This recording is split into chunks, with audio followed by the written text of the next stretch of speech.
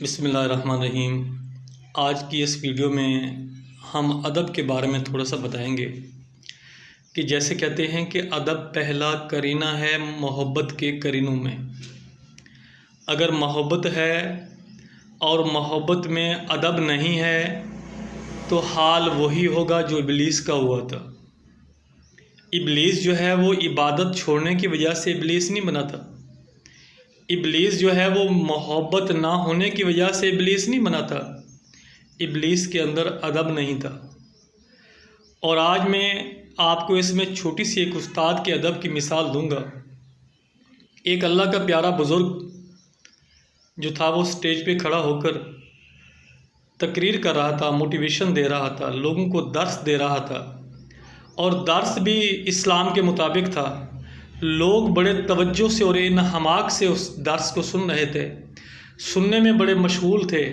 لیکن وہ جو عالم صاحب تھے، جو مدرس تھے، جو سٹیج پہ بیٹھا ہوا شخص تھا، وہ کبھی کھڑا ہو جاتا کرسی پہ اور کبھی بیٹھ جاتا کرسی پہ، لیکن اپنے درس کو رواں دواں رکھتا، اور جب کرسی پہ کھڑا ہوتا تو اپنا ہاتھ سینے پہ یہاں رکھ کے ایسے سر کو جھکا دیتا، لیکن اپنے درس کو جو ہے رواں دواں رکھتا تھا۔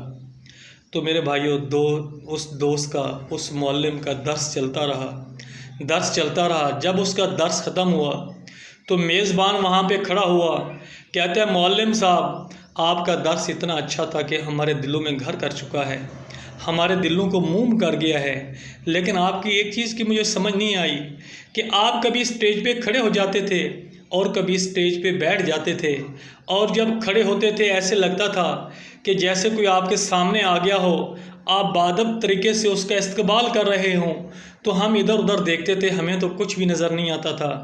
آپ کس کے لیے کھڑے ہوتے تھے اور اس درس کو رواں دواں رکھتے ہوئے کس لیے آپ کھڑے ہوتے تھے اور کیا کہتے تھے، کیا بات تھی؟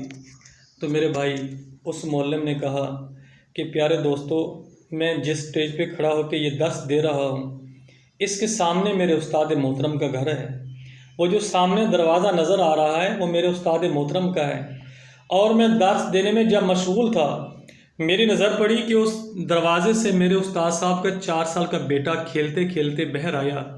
جب وہ بچہ نظر آیا تو میں نے استاد کے احترام کی وجہ سے اس استاد کے بیٹے کے آگے اپنا سر خم کر کے ادب سے کھڑا ہو گیا، اور ادھر سے اپنا درس بھی جاری رکھا۔ جب وہ بچہ کھیلتے کھیلتے گھر کے اندر چلا جاتا تھا تو میں بیٹھ جاتا تھا، اور جب وہ کھیلتے کھیلتے بچہ دروازے سے پھر باہر آتا تھا تو میں ادب کی وجہ سے پھر اپنی سیٹ کو چھوڑ کے، کرسی کو چھوڑ کے کھڑا ہو جاتا تھا، اور ادب سے ہاتھ باندھ کے اپنے سر کو خم کر لیتا تھا۔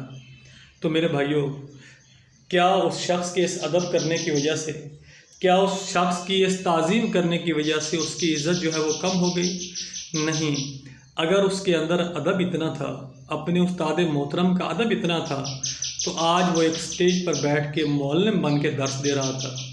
تو یاد رکھنا کہ جب تک لائف میں ادب نہیں ہوگا، زندگی کبھی کامیاب نہیں گزر سکتی۔ تو میں دوبارہ وہی کچھ کہوں گا کہ ادب پہلا قرینہ ہے محبت کے قرینوں میں۔ ادب جو ہے وہ چیز ہے جو زندگی میں کامیابیوں کی تمام سیڑھیوں کو کراس کرتے ہوئے اپنی منزل تک پہنچاتی ہے۔ دعا ہے کہ اللہ تبارک و تعالی ہمیں ادب کرنے کی توفیق عطا فرمائے۔ والسلام۔